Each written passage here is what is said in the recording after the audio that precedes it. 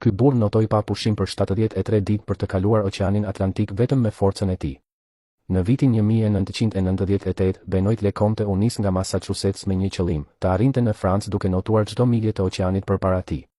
Çdo ditë, ai notonte 6 deri në 8 orë në ujëra brutale. Rrymat e tërhiqnin larg kursit duke e detyruar të luftonte goditje pas goditjeje.